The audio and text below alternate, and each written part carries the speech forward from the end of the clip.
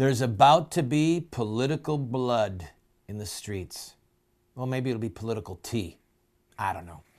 The Tea Party activists are growing in strength, growing in numbers, and the feud between the Tea Party activists and the various Tea Party groups is now fully out in the open. The large Tea Party rally that recently happened in Washington, D.C. had luminaries such as Senator Ted Cruz from Texas and Senator Rand Paul from Kentucky, both of whom are pondering a presidential run. And one of the leaders, I believe from Tea Party Express, said, "We don't need the Republican establishment's millions. We've got our own." Speaking of money. Well, it's become kind of hip right now to go after John Boehner. And if you've got your ear to the ground, there is a large amount of chatter going on in the internet world as well as in mainstream newspapers that Boehner may lose the speakership. Even if the House retains control, even if the Republicans maintain control of the House in 2014, there is a move afoot, an open rebellion, if you will, to get rid of Boehner. Representative Gomer from Texas the other day was speaking freely, I believe, in the Washington Post about the fact that there are people that are true conservatives, true Tea Party House members that are ready to see Boehner go. And so it's becoming kind of hip to go after Boehner in the conservative world. A friend of mine contacted me a couple days ago and said, "Hey, have you ever heard of such and such magazine, a magazine of a very large evangelical ministry?" And I said, "Yeah." He said, "Our picture is in there from when we did the sit-in at Boehner's office." Some of you may recall that right after Boehner took power, a group of us, about 10 or 12 of us, went and met with his chief of staff. And we said, "Listen, Boehner is on record saying he's pro-life, that the most important issue of the day is the killing of children. It's the fundamental issue of our times, and that he wants to defund Planned Parenthood." Okay? So we said, we're going to hold him to his word. And if he does not defund Planned Parenthood, we will run a primary against him, and we will become, basically we said, we'll become your adversary. We don't want that. We want to be friends. So, of course, Boehner betrayed us.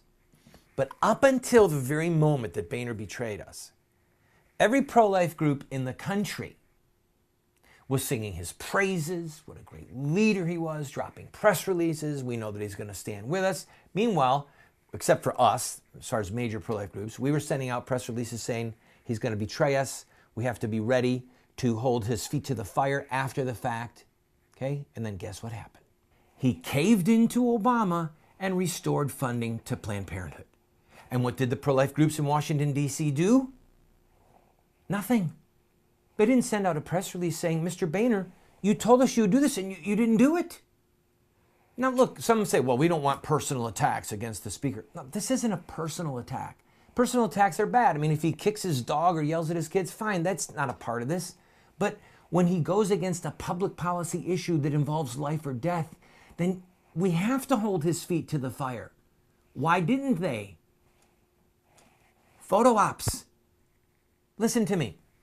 Your mailbox is full of letters from various Christian groups and neoconservative political groups who are always asking you to send money. You know what I know, right? When you open up a letter, most of them you throw in the garbage. 80% don't even get open. But the ones you do pop open, what's really cool? That's when you see one of the leaders of a ministry that you support or a political action committee standing with blank. Okay? I mean, I've done it. I have a picture with me and Pope John Paul II. I got a letter from Mother Teresa once when I was a prisoner in a federal prison. And I've showed those things to people because they're cool and they add legitimacy and they help with fundraising. They do. It's simply that. But the problem is if the person that you want the photo op with has betrayed everything you stand for, then it's no longer in the service of your mission to continue to want the photo op.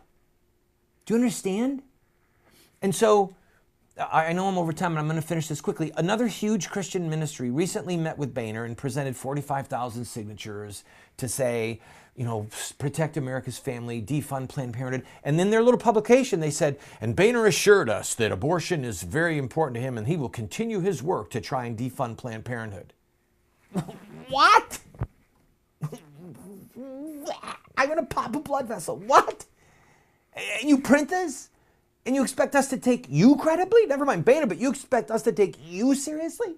After Boehner just betrayed us repeatedly? They wanted the photo op.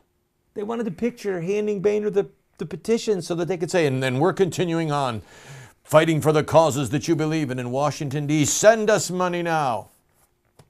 We need more discernment, and we need to recognize when there is a wolf in a sheep's clothing, both in the political realm and in the pseudo-religious realm where they're sending us the fundraising letters. Don't be deceived. You know a tree by its fruit. This is the voice of resistance.